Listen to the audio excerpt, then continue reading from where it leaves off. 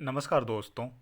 आज के इस वीडियो में बात करेंगे सबसे पहले 7 नवंबर के मौसम पूर्वानुमान के बारे में।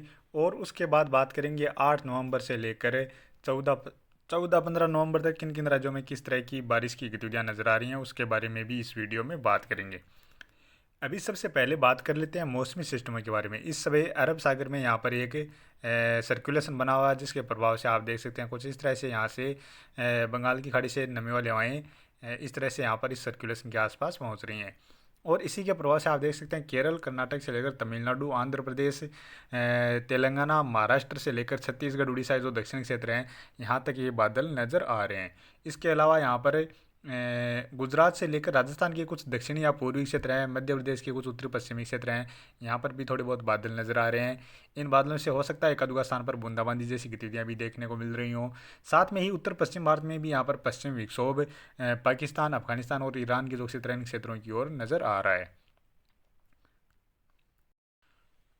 और अभी जो यहाँ पर पश्चिमी विक्षोभ है, साथ में यहाँ पर राजस्थान के जो उत्तरी क्षेत्र हैं, यहाँ पर एक कमज़ोर सर्कुलेशन सा भी नज़र आ रहा है। तो इसके प्रभाव से यहाँ से अरब सागर से भी थोड़ी बहुत नमी वाली हवाएं पहुँच रही हैं, साथ में ये भी नमी वाली हवाएं पहुँच रही हैं। तो आने वाले 2-3 दिनों के दौरान राजस्थान के क्षेत्रों में बादल बनते हुए देखे जा सकते हैं।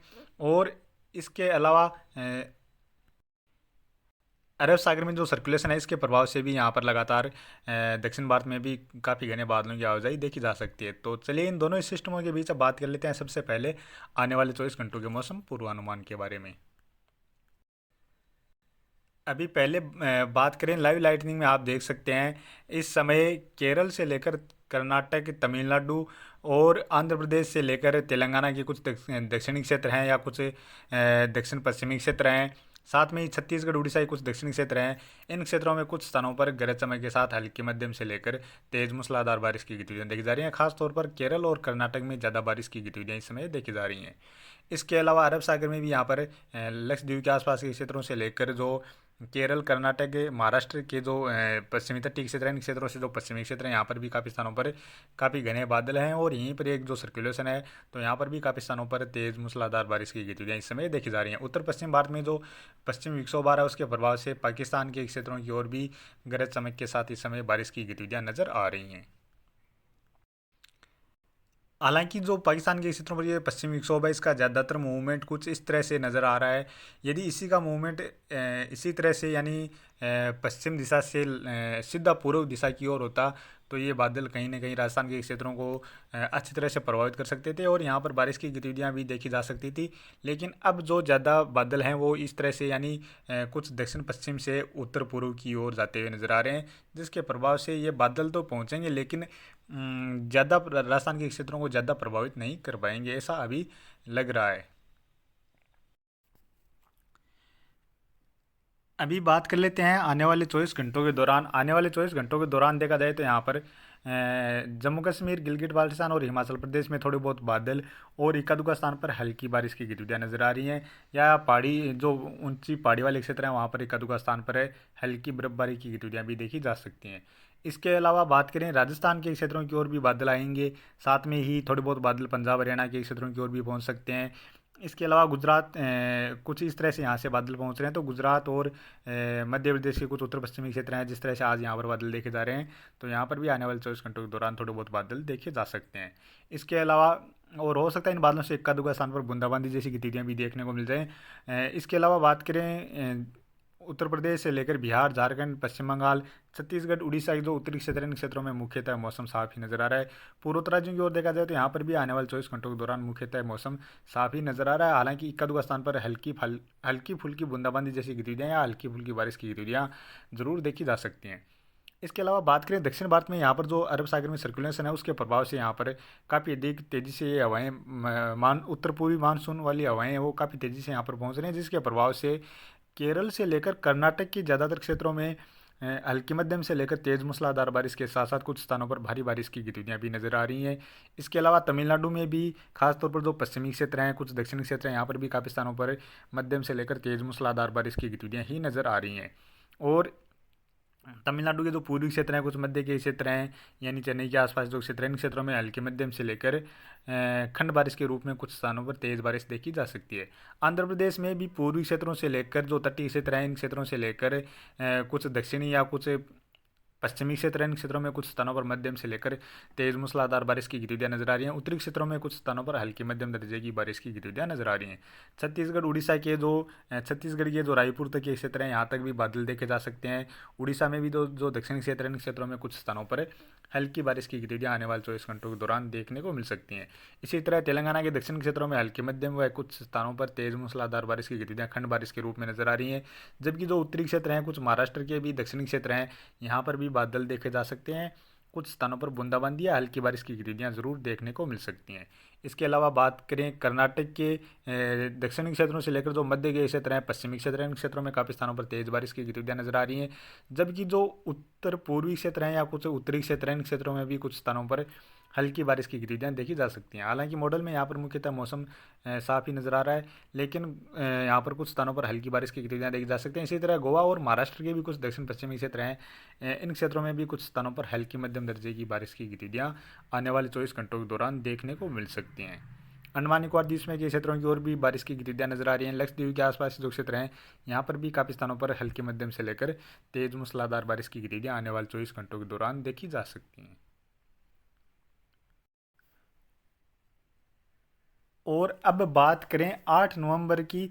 8 नवंबर को भी देखा जाए तो यहाँ पर दक्षिण भारत में लगातार केरल, कर्नाटक के ज़्यादातर क्षेत्रों में मध्यम से लेकर तेज मूसलाधार बारिश के साथ साथ कुछ स्थानों पर भारी बारिश की गतिविधियां नजर आ रही हैं।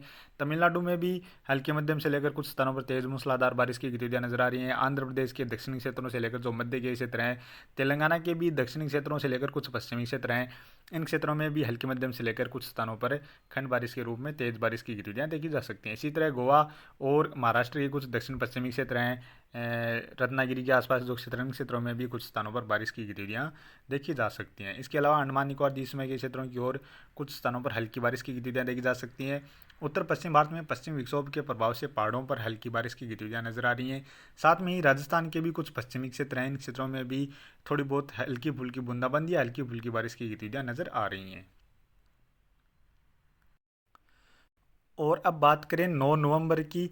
9 नवंबर को भी देखा जाए तो दक्षिण भारत में बारिश की गतिविधियों में थोड़ी सी कमी जरूर नजर आ रही है। हालांकि केरल, कर्नाटक से लेकर तमिलनाडु, आंध्र प्रदेश के जो दक्षिणी क्षेत्र हैं, इन क्षेत्रों में लगातार हल्की मध्यम से लेकर तेज मूसलाधार बारिश की गतिविधियां जारी रह सकती हैं।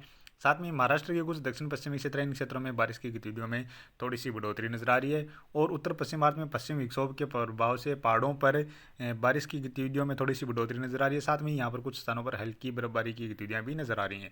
इसके अलावा पंजाब, हरियाणा से लेकर दिल्ली और राजस्थान के पश्चिमी क्षेत्रों से लेकर कुछ उत्तरी क्षेत्र हैं, मध्य के क्षेत्र हैं, यहाँ तक भी बादल और कुछ स्थानों पर हल्की फुल्की बारिश की गतिविधियां या बूंदाबांदी जैसी गतिविधियां 9 नवंबर के आसपास नजर आ रही हैं।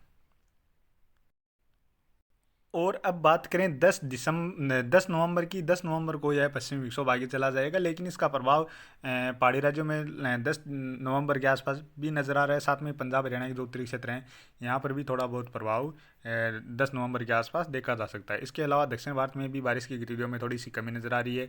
केरल से लेकर तमिलनाडु, कर्नाटक के जो पश्चिमी क्षेत्र हैं या महाराष्ट्र के कुछ दक्षिण पश्चिमी तटीय क्षेत्र हैं, इन क्षेत्रों में कुछ स्थानों पर बारिश की गतिविधियाँ नज़र आ रही हैं। और अब बात करें 11 नवंबर की। 11 नवंबर को लगभग सभी राज्यों की ओर मुख्यतः मौसम साफ नज़र आ रहा है। हालांकि तमिलनाडु और केरल में कुछ स्थानों पर हल्की फुल्की बारिश की गतिविधियां जरूर नज़र आ रही हैं। और बात की जाए 12 नवंबर की। 12 नवंबर को भी केरल और तमिलनाडु के कुछ दक्षिणी क्षेत्रों में ही बारिश की गतिविधियां नजर आ रही हैं। इसके अलावा श्रीलंका के क्षेत्रों की ओर काफ़ी स्थानों पर तेज मूसलाधार बारिश की गतिविधियां नजर आ रही हैं। अंडमान निकोबार द्वीप समूह के क्षेत्रों की ओर भी बारिश की गतिविधियां नजर आ रही हैं। बाकी भारत के लगभग सभी राज्यों की ओर मुख्यतः मौसम साफ ही नजर आ रहा है। यानी दीपावली के दिन अभी के अनुसार तो मॉडल में मुख्यतः मौसम साफ ही नजर आ रहा है। और बात करें 13 नवंबर की। 13 नवंबर को भी भारत के लगभग सभी राज्यों की ओर मुख्यतः मौसम साफ ही नजर आ रहा है। केरल, तमिलनाडु में इक्का दुक्का स्थान पर बारिश की गतिविधियां नजर आ रही हैं। अंडमान निकोबार द्वीप समूह के क्षेत्रों की ओर जरूर बादल बढ़ते हुए नजर आ रहे हैं। और बात करें 14 नवंबर की। 14 नवंबर को भी तमिलनाडु के पूर्वी तटीय क्षेत्र हैं या कुछ आंध्र प्रदेश से पूर्वी तटीय क्षेत्र हैं, इन क्षेत्रों की ओर बादल बढ़ते हुए नजर आ रहे हैं। अंडमान निकोबार द्वीप समूह के क्षेत्रों की ओर भी ज़्यादातर क्षेत्रों में बादल नजर आ रहे हैं। और अब बात करें 15 नवंबर की। 15 नवंबर को फिर से केरल से लेकर तमिलनाडु और आंध्र प्रदेश के जो पूर्वी तटीय क्षेत्र हैं, इन क्षेत्रों की ओर कुछ स्थानों पर हल्की मध्यम से लेकर तेज मूसलाधार बारिश की गतिविधियां शुरू होती हुई नजर आ रही हैं। और बाकी सभी राज्यों की ओर मुख्यतः मौसम साफ ही नजर आ रहा है। थोड़े बहुत बादल गिलगिट बाल्टिस्तान के क्षेत्रों की ओर भी नजर आ रहे हैं। तो अभी के वीडियो में इतना ही, और आगे की जानकारी के लिए प्लीज़ आप वीडियो को लाइक करें, साथ में ही चैनल पर पहली बार हैं तो चैनल को भी सब्सक्राइब कर लें।